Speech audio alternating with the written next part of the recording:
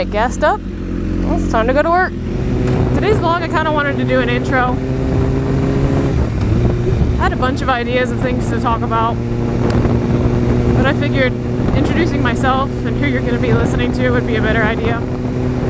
So some of you may know, I'm Chicks with Tricks. I've had a YouTube channel for a while, but I've never done the whole vlogging thing on my motorcycle.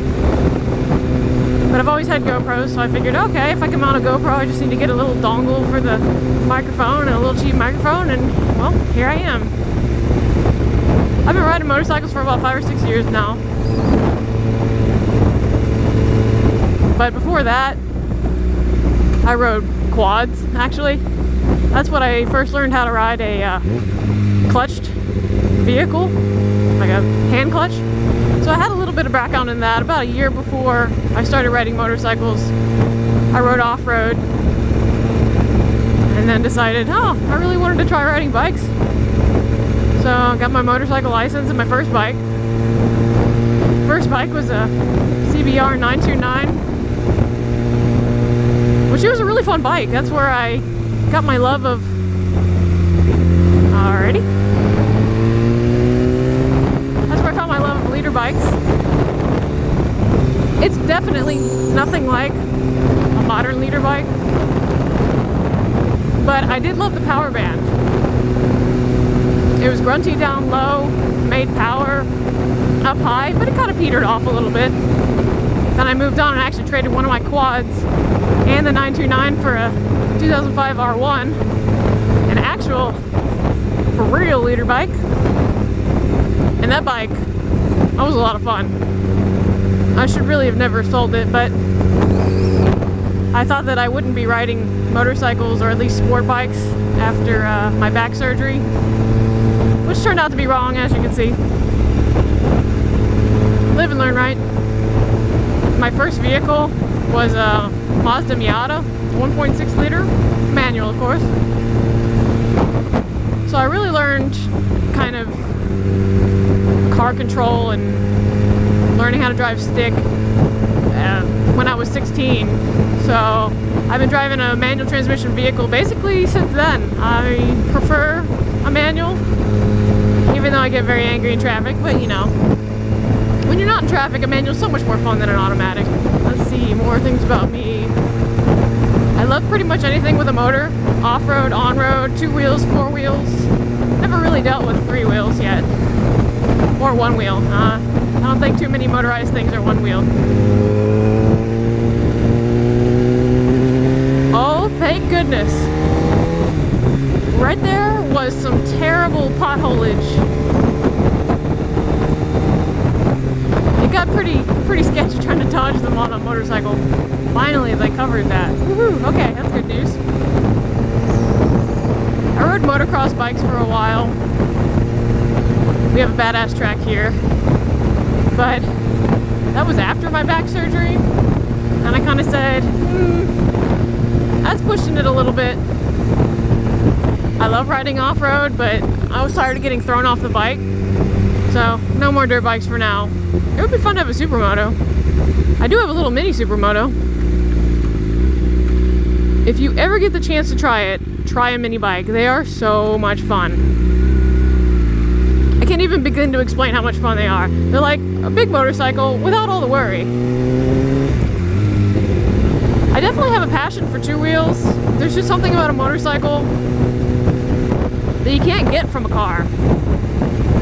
But I'll always love cars.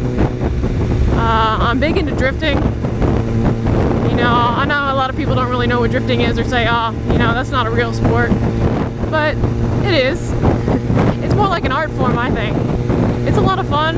It definitely teaches you a lot about car control. And I don't know, there's nothing better than going sideways at 70, 80 miles an hour and just making clouds. I actually got into the drifting community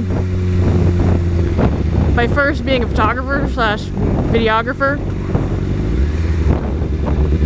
And of course I did that for about a year. And I decided, man, this looks like too much fun, I gotta do it myself. So I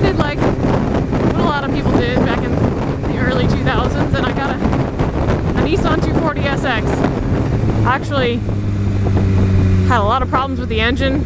Most events I ran it on 3 cylinders. It started out as 4-cylinder, by the way. 3 cylinders. Had barely any exhaust.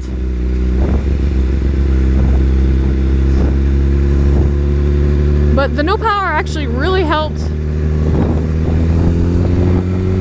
teach me about the car control itself without having the oversteer. Basically all the thing did was understeer. It didn't have enough power to get out of its own way. So when I got tired of that, I decided, oh, let's put a Skyline motor in it.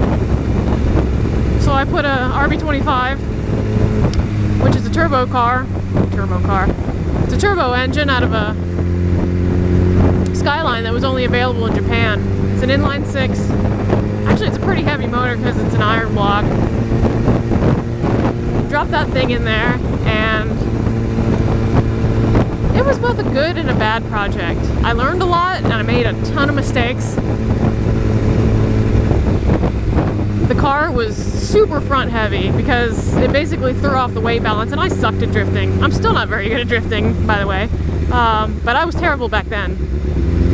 Every time I went out, the engine had some kind of problem, whether it be wiring, I blew a turbo, the hood flew off into the roof. Ugh. A lot of bad memories, but a lot of good ones too.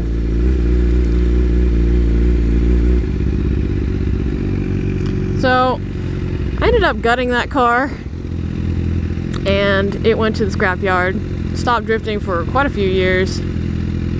Kind of got back into it about a year and a half ago.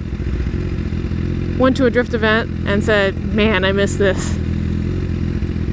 So I found a cheap GTO on Craigslist, 2004. It's got the LS1 in it. And then yeah, the rest is history. I went drift crazy again. Sadly, I don't get to many events, but I still I still enjoy building the car. Dropped a cam in it.